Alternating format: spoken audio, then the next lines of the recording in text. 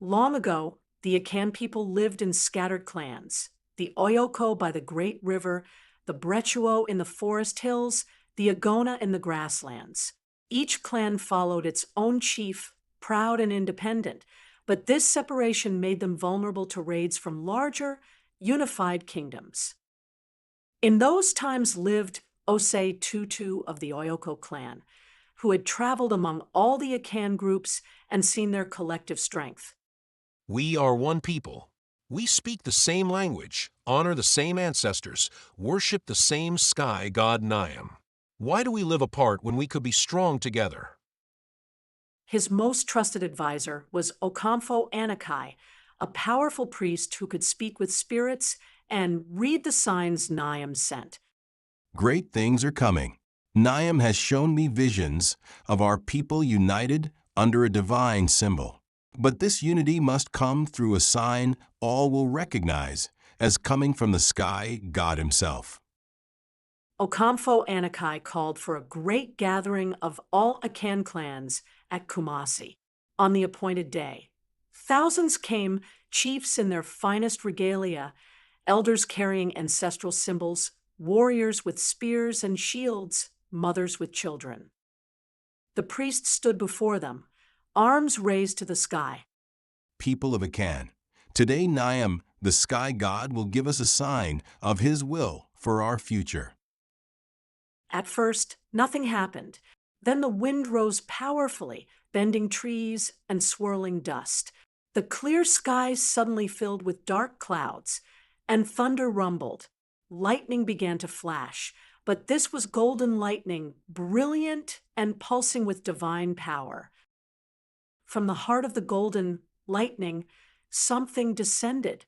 At first, just a point of light, then clearly visible, a stool of pure gold that blazed like captured sunlight.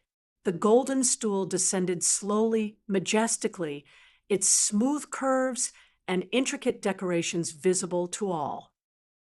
Behold, Niam sends us the golden stool, the Sika DWA Kofi. This stool contains the soul of our nation, the spirit of all Akan people, living, dead, and yet to be born. The crowd watched in breathless silence as the golden stool descended directly toward Osei Tutu. Then, in a moment that would be remembered forever, it settled gently onto his lap. A collective gasp rose from the thousands assembled. The divine sign was unmistakable. Niam himself had chosen Osei Tutu to be the first Asanahin, the king of the united Akan people. Osei Tutu stood, carefully cradling the sacred stool. My brothers and sisters, I do not seek to rule over you, but to serve the unity that will make us all stronger. Every clan will be honored, every tradition respected, every voice heard in the councils of our united nation. One by one, the clan chiefs came forward and pledged their acceptance. As each did so, the golden stool glowed brighter, as if drawing power from the unity of their agreement. From that day forward, the golden stool became the most sacred symbol of the Asani nation. It was never sat upon, for it was understood that the stool itself, housing the spirit of the entire nation, was too sacred for any mortal to use. Instead, it was kept in a place of honor, brought out for the most important ceremonies, a constant reminder of the divine blessing that had united the Akan people. Osei Tutu ruled with wisdom and the consent of all clans. The united Asani nation grew strong and prosperous, able to defend itself and create a civilization that would endure for centuries.